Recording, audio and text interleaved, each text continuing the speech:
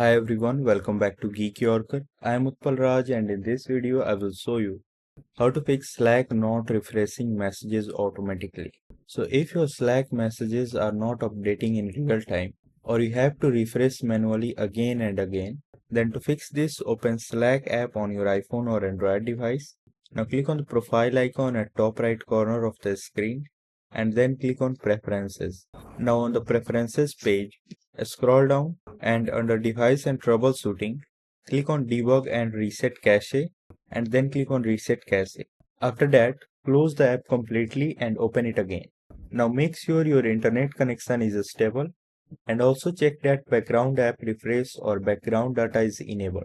So you can go to settings and from there make sure background app refresh is enabled, and if the issue still continues, then update the Slack app to latest version or uninstall the Slack app and install it again. So if this video helped you in any way, make sure to like it, share it and subscribe to Geek Yorker. Thanks for watching.